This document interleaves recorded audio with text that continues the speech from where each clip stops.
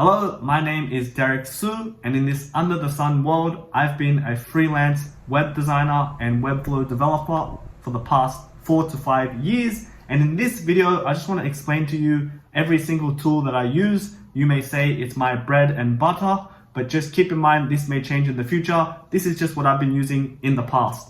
Let's get straight into it. So the first tool that I use as a freelance web designer, web developer is Gmail. Gmail is the main form of communication I have with my clients and with leads, etc. You can see that I have some sort of categories on the left-hand side. I try to label everything, try to keep it organized, but Gmail is definitely what I use. Let's move on to the next one. The next program that I use is Google Calendar. You can tell I really like the G Suites, specifically because they're free, and more importantly, everyone really has a Google account, you know? I mean, if you're watching this on YouTube, you have a Google account. So you can see right now, I just like to schedule everything on my calendar. It really just makes everything very organized.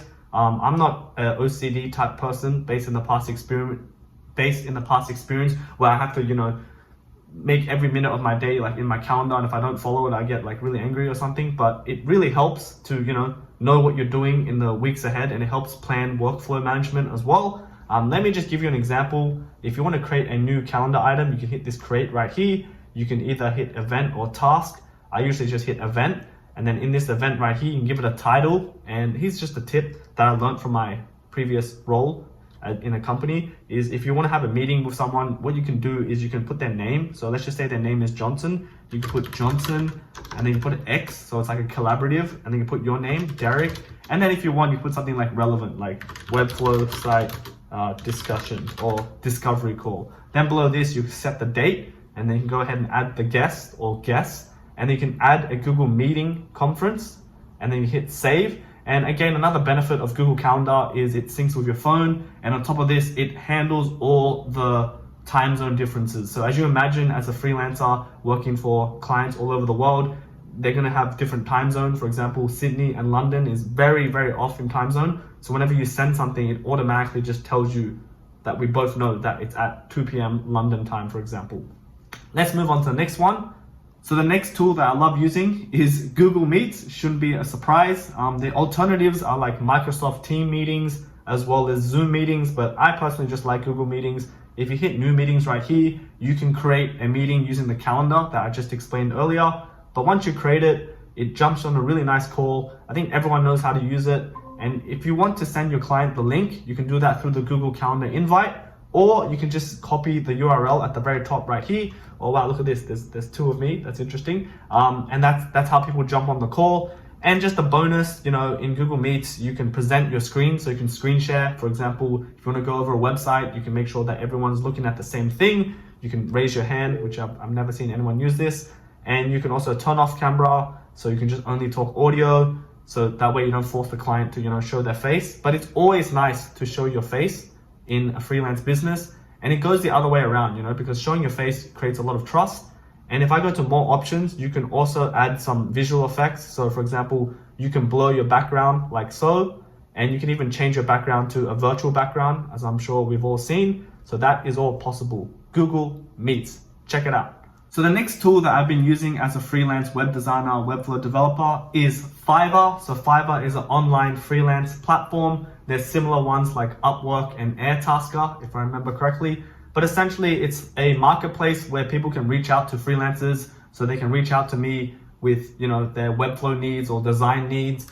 And everything's really streamlined in the platform. They make it like a game where you have to maintain a certain status. You have to have certain response rates, star ratings, levels like Fiverr top seller, Fiverr level 1, Fiverr level 2. All these inboxes are all in the Fiverr platform. When you get paid, it gets paid through Fiverr, and everything is on Fiverr. Check it out. I have an affiliate link in my description if you want to hire a freelancer, but Fiverr is usually where I get my work from. Let's move on to the next one. All right, so the next tool that I use is Notion. So I use Notion as a workspace management primarily. I am currently a solo freelancer, so I don't really hire anyone. I don't have a team, but it's very important to have some sort of workspace management. typical ones in big companies are, for example, Asana or Monday.com or other ones. But Notion is amazing because it's free. I think everyone has heard of it. And just what I do is I have two main tabs that I use. One is called Freelance Earning, and you can see I have different tabs for different months. And in each of the month, it just has a bunch of columns. So I have to set all this up. This is more like task setting up. There's a technical term that I forgot on top of my head because I'm filming this live. But there's an actual job for this where you can actually make everything very efficient. It's like processes. I think it's processes. So you can actually improve on the processes, because once you scale a business, it's very important that you have processes down like straight. So essentially you need a single source of truth.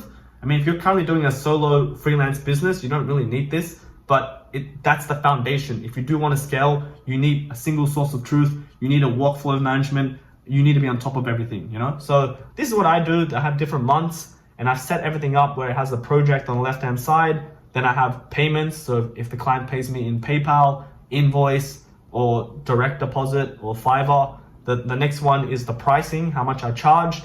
Then the status of where it's at. Usually I take a deposit, and then I also, once it's paid fully, I then change it to paid. So there's unpaid, deposit, and paid. On the right-hand side, no one thinks about this, no one talks about this, but I will talk about it. You have to consider taxation. Again, tax is different everywhere in the world, but the general premise is, you know, we live in this under the sun world, we live in a society, and the society, whenever you make money, the government needs to take a percentage of it, let's say 35%. So whenever you bid a project, let's just say $1,000 to create this website, one thing to consider is, let's just say, for example, if I do it through Fiverr, you have to think about the fees as well. So Fiverr usually has a, let's just say 20% fee. So really you only get $800. And then from that $800, you have to think about tax. And let's just say it's around 35%. That's what you usually get. So that's why I have different tabs for each one. And the reality is, because it's all like international and you're dealing with USD, I'm currently from Australia, so we're dealing with AUD. The exchange rate changes every single day. So this is really just a guide. Again, in that example, if I charge $1,000 for a website on Fiverr, I know I'll really be getting $800 after the Fiverr fees. And then after tax, it will be whatever that is. Let's say 800 times 0.35. We times it by 65. That's $520. So from charging 1,000 Australian dollars through Fiverr, and after general tax, 35%, you'll only be getting $520 in profit. And that's not the accurate number, because tax in Australia isn't, 35% exact. It depends on how much you earn, but that's a general number. And again, the $520, usually in Fiverr, they pay using USD.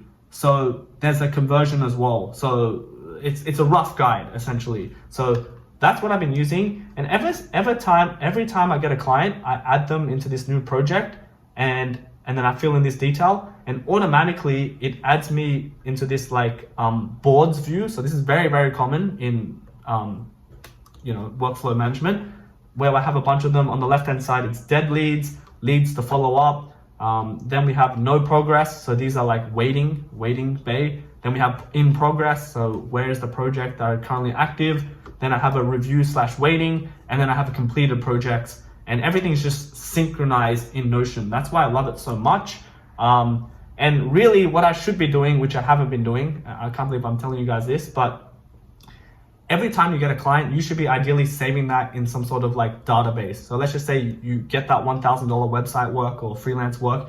You want to ideally get that person's name, address, their email, all that stuff, where they're located. And that way, once you keep doing this, you have a massive database, and that database is information. And in this world, information is like your network. It's important. So I have kind of started doing that, but let's just say I have all these clients that I work with, and I just log them all down. And let's just say, for example, in the future, like in 5 years time, I do not know what tomorrow holds. I'm looking for a plumber. I can just type in my database, I'm looking for a plumber, and I'm living in Costa Rica, for example. Then I type in plumber, Costa Rica. Oh, there's this guy that I worked with, 4 years ago. Then, it's very easy to get your foot in the door, because one of the benefits that I know when you're working in a freelance business is that you really deal with the high level people, like the CEOs per se, the decision makers, you know. Once you start, you know, working with bigger companies, usually you work with like the marketing director, and then there's a massive team underneath them, and there's a whole hierarchy. But from small to medium businesses, you're working with the actual CEO who is the decision maker. So all this is great information. I'm just putting it out there. And I also use Notion for other stuff. For example, YouTube, whenever I'm filming videos like this one here, I have a bunch of ideas listed out, and then the ones that I'm about to film, the ones that I'm gonna release, and if it's actually released it or not. So if it's posted or not. And I also use it for some personal stuff like tracking my fitness and like books and all that stuff. I don't really follow it religiously as I do for this business stuff, but I do use Notion outside of it. It's a fantastic tool. I recommend it. And like I said again, if you're gonna scale, you can actually use Notion as like a team. So you can invite people into your workspace or your Notion board, and then they can update that specific task. So for example, if you have that $1,000 website work, let's call it Plumbing Business Inc., you can, you know, type in the comment of that specific board, you know, had a client call, we got the work, you know, and then staff member, please do this. And then the staff member, once done, will be like, it is done. And then, you know, it's like a thread. So that is Notion. It's a bit long, this section, but, you know, it's very, very powerful. I strongly recommend it. I see a lot of potential. Let's move on to the next one. So the next tool that I use is Google Sheets for accounting purposes. So again, I'm not an accountant at the time of recording this video, but it's good to know how finances work. Let's just be honest. And especially if you have your own business or your own freelance business, whenever money comes in, you, again, like I mentioned earlier, you need to understand how taxes work. And really, you can hire an accountant to do everything for you, but it's better if you just know what to do. So I've been hiring someone that I know, that I trust to help me with my accounting, to lodge the taxes in ATO, Australian Tax Office. And we have to do something called BAS statements, which is every quarter you have to tell the government, this is only in Australia, how much you made, and then they tax you beforehand. I'm not gonna get into it, but it's good to know these things, you know. And there's different, you know, company structures. Like in America, there's S Corp, C Corp, and then in Australia there's ABN, Australian Business Number, and then there's sole trader, which is currently what I've been doing in the past, and there's actually company structure. So that's important, and that's what I've been doing in Google Sheets. So just listing everything out. You may notice in Notion, I listed all the pricing out, but this is where I'll go in and I'll go into my bank account and just literally make sure that's exactly what the dollar figure is. And I can make a whole like 2-hour video about the ATO, but I'm not gonna do it. It seems to me like there is so many people in this world. Let's just say, for example, there's 20 million people in Australia, and then everyone has to do their own taxes, or they'll hire like a tax agent to do it. But the thing is, in my experience, you can just put whatever you want in the ATO, and maybe they'll audit you, but maybe they won't, you know? So, because there's only so many people working at the ATO, and from what I've been told, you know, the people who audit you, they only go after the people who, you know, are really high earners, and the people who audit you, that costs money to hire that person. Let's say $400 an hour in order to audit you. So if you're not making $400 an hour, why would they even audit you? Sorry, I'm going on a rant. I really hope this video doesn't backfire and, you know, I get arrested by the tax agent. But yeah, that's what I've been using, Google Sheets. Check it out. It's also great to use for CMS items in Webflow, where you can export a whole database and import it very, very easily. And among other stuff as well, but I'm primarily use it for taxation purposes. Let's move on to the next one.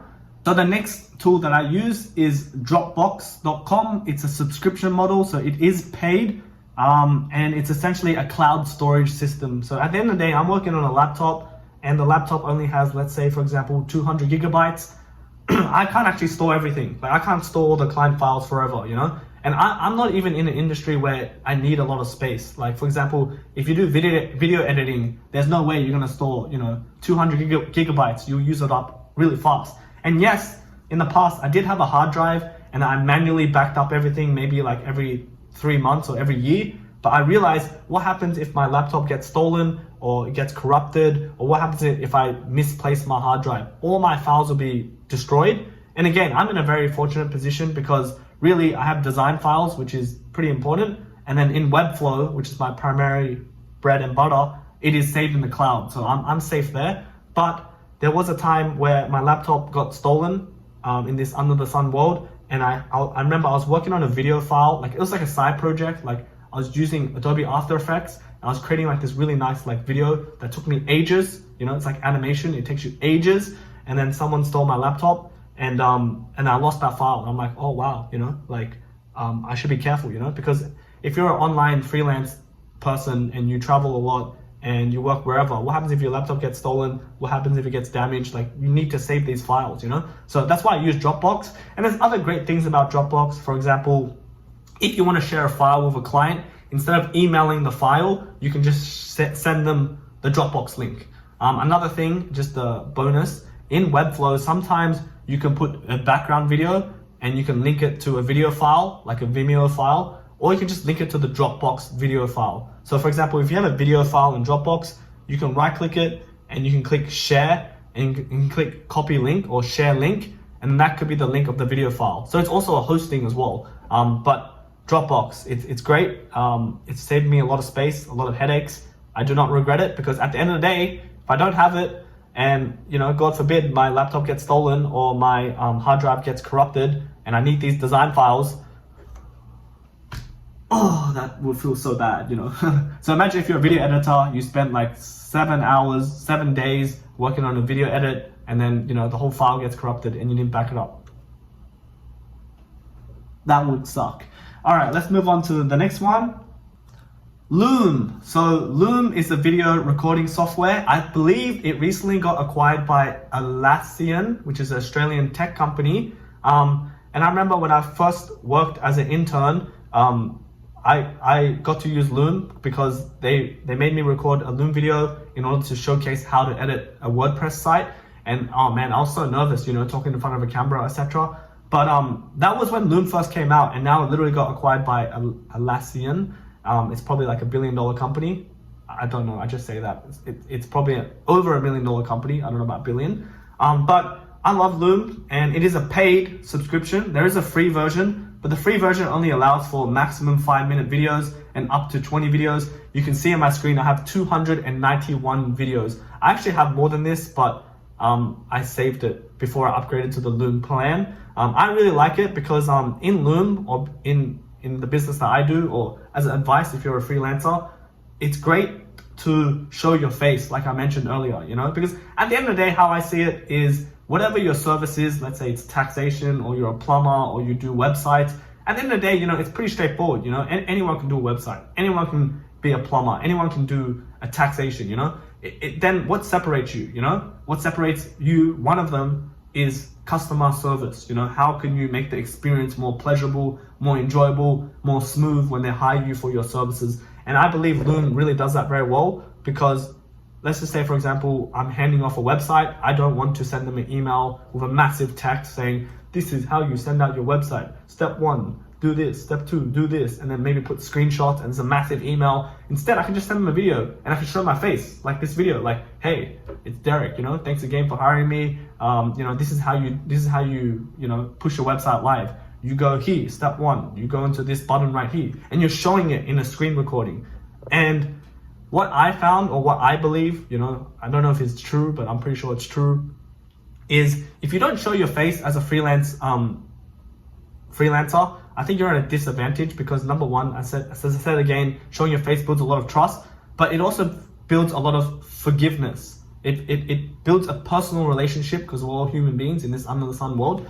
And when you have that, they're more forgiving. So for example, if I make a video and then I don't know how to do something, I can just tell them, hey, I'm so sorry, I don't know how to do this. I'm showing my face. So if they say, what? Why don't you know how to do it? I hired you, you know, you screw you, etc. That's very easy to type up in an email, you know. It's very easy to type a YouTube comment saying, I hate you, you suck, you know. But at the end of the day, if they see your face and they know you personally, it's like, you know, in real life, you're not gonna go up to someone in the streets and be like, you know, screw you, you suck, you know, like the keyboard warrior type thing. So really, I found that to be helpful as well. But Loom is a very, very great software. I'm glad I purchased it. You know, I remember at the start, you know, sometimes when you're starting out, you're just like, I don't want to spend money, you know, like, why do I have to spend money? Why do I have to spend whatever it is, $15 dollars a month on this program? You know, I can just use the free version, and I can just, you know, I know it's maximum 5-minute videos, but I can just make part 1, part 2, part 3. I know it's a maximum of 20 videos stored, but, you know, I can just download the video and then delete the video and then create a new one. But, you know, that time spent thinking about that, you know, I don't have to think about it anymore. So, you know, money is a tool, and money gives you time in a way. That's it. Does it give you happiness? That's another philosophical question that I'm not going to discuss. Let's move on to the next one. So the next tool that I use is Sketch. So Sketch is a UI UX design tool. Other alternative ones that are more popular is probably Figma or Adobe XD, but mostly Figma. And the thing is, Figma is actually free and it's more industry standard in my opinion. I know how to use Figma. I just personally use Sketch. And again, everything's just a tool. You know, if a user is hiring you or a client is hiring you to create a website design so they can get it developed, at the end of the day, they shouldn't really care what tool you use as long as it's done. But I've just been a fan of Sketch, guys. I'm not gonna lie. You know, this video, I'm just gonna tell you the truth. I'm gonna tell you how it is. And I've just been using Sketch since day one. I think Figma's better, to be honest. I even admit Figma might be better. I'm sorry, Sketch. But I still love Sketch so much that I refuse to use Figma at this current given point in time. But, you know, for example, Sketch is only available on Mac, where Figma is Mac and Windows. And then Figma is online. You can use it on the web browser, where Sketch, you can't even use it on the web browser, you know? So why do I even use Sketch? And then Figma is for free. They do have paid plans, but Sketch, you have to pay like a yearly fee, which I'm paying. Why am I doing that? Because I love you, Sketch. That's why. Wait, why else? No. But not only because like I've been using Sketch since day one and not Figma, because I'm pretty sure Sketch came out before Figma. You know, shout out to all those UI, UX, you know, homies or OGs, that's the word. But there's some features that I really like. Primarily, I really like this button right here where it says make export. And then right here, you can export the image directly. I'm sure there's a way to do it in Figma through a plugin, but let's just say I have an image and I want to put it into Webflow. Instead of exporting the image to my desktop and then moving that image from my desktop to Webflow, I can just do it right here in this panel, where I can just drag in the file like so, straight to Webflow. That's one of the things that I like about Sketch. It's also very fast, intuitive, and they recently made a really cool feature where if you actually add like an SVG icon, there's this button where it paintbrushes it out like Photoshop. For example, if I double click this, or if I actually turn this into an image, a PNG image, and I drag it like this is an image now. If I double click on it, you can see there's this paintbrush tool that I can click on it, and it's highlighting all the white text, and I can hit delete, and then you can see now it's a transparent background. So I like that, you know, there's these small things that Sketch does. But yeah, I love Sketch. They now have an online version, and right now you can also have clients to look at the online version and they can comment on the website directly, but they have to create a Sketch account. Which isn't that big of a deal. So let's move on to the next one. So as a Webflow developer, it should come at absolutely no surprise that I use Squarespace. Jokes, I use Webflow to develop websites. Again, nothing against Squarespace. I think that's an amazing tool as well. But as you can see, I've been using Webflow ever since. Maybe I'll make a separate video about, you know, why I picked Webflow, or, you know, how I got so lucky. And yeah, Webflow is just fantastic. I think they're always scaling. You know, when I first used it, I had absolutely no idea what I was doing, and they just keep releasing new content. They keep like upgrading. I just hope they don't, you know, turn into WordPress where they just keep upgrading so much that, you know, a new platform will take over. But yeah, I'm not gonna make it. That's all I'm gonna say. Webflow, great program to develop websites. Let's move on to the next one. So the next tool that I use is called Handbrake, and I've been using Handbrake ever since I was a little kid. And essentially what Handbrake does is it allows you to compress video files for the website. I made a tutorial on this on my YouTube channel, so feel free to check it out. But Handbrake is what I use to compress my videos. So the next tool that I use is ChatGPT, the AI. One day maybe it's gonna take over my job, and I'm not sure what I'm gonna do in that point, but I'm just being honest. With ChatGPT, I use it for two things. One is sometimes I like to just use it to help me, give me copy ideas. Like for example, please suggest me a header 1 title for this website, or suggest me a YouTube video title. I also help me to create blog posts or paragraph text. So doing all those like really manual work that, you know, that no one likes doing, or I don't like doing. I don't like reading, and I don't like, you know, writing as well, which is a very powerful skill, to be honest. But ChatGPT does that. And the other thing is development work. So the reality is, you know, coding, which is what Webflow is, is very vast. You know, you can code anything. You can code a countdown timer, you can code a video game, you can code a app, you can code a database, so many stuff, you know. And I like to think, you know, even if you have 70 years experience as a web developer, you know, you still don't know everything because it's vast. So I used to hire someone and I used to pay them X amount of money per hour in order to help me do these things that I can't do at the time. For example, you know, write me a custom code in order to make this functionality work. But what I've been recently doing is just typing into ChatGPT, and more often than not, it works out, you know. And I've been mostly using it for JavaScript. So for example, create me this quiz functionality using a native Webflow form. It does that. It spits out the code. And as a developer, you should at least, or as a Webflow developer, you should at least have the understanding of what the code is actually doing. For example, a script tag is opening and closing, and then all these like tags, just a high level overview of what it's actually doing. You don't need to know everything, but just a high level. And in ChatGPT, I love how it gives you comments. So in code, you can do a / for a line comment, and it tells you what that is. It also explains the code for you, and then you can also try it out. And if it doesn't work, you can just keep asking it questions, you know, instead of paying for a human being telling you. Often not, ChatGPT has been helpful so much in regards to coding. I usually do it for coding, to be honest. And very, very rarely do I get ChatGPT to help me generate an AI image. That's a very situational case. But ChatGPT, amazing tool, check it out. So the next program that I use is called Canva, and Canva is a design software. And really, you know, at the end of the day, everything's just tools, like I mentioned. You just need to get to the end goal. But I've been using Canva primarily to create invoices. And again, there's better tools out there, you know. I'll even admit, you know, for example, Xero. There's automated tools that can help you track exactly what invoice needs to be sent and which client, and you don't have to manually type everything, and it saves a lot of time. But I'm just being honest, this is what I've been doing in the past. I don't know about the future, but I've been just doing my invoices in Canva, and everything has been working out. Let's move on to the next one.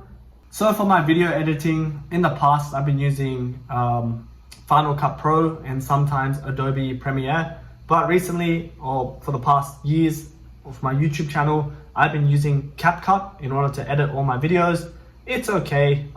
It's cool that it's free, and I think it's very, very powerful. And I just want to keep everything very minimalistic, but CapCut is very, very good. I recommend it. It's very powerful actually, and I can't believe it's all for free, but CapCut is what I've been editing. And of course, finally, YouTube. So I'm trying to grow this YouTube channel. Please subscribe if you found value so far. And I've just been posting all my videos on YouTube. So that's the last one. And you can see in my current YouTube banner, we have my DS, that's my logo, that's my website. Then we have Webflow, then we have Sketch, then we have Notion, then we have Figma, which I didn't talk about because I don't really use. Then we have YouTube, Fiverr, and CapCut. So I hope you found this video helpful. It's been a long time coming that I wanted to make this video, but sometimes you just overthink everything, but it's going to be posted. Let me know what you think. Let me know what tools you use. I just want to reiterate, every tool that I use doesn't necessarily mean you should use it. You know, it's just, at the end of the day, it's just tools. Whatever works for you, you know, whatever floats your boat, whatever's efficient to you. I even admitted in this video, some of the tools that I use isn't the most efficient. For example, using Canva as invoices. But nevertheless, if you found value, please check out my site, dereksu.com.au/value for more value. Please subscribe to my YouTube channel, and I'll see you in the next video. Peace.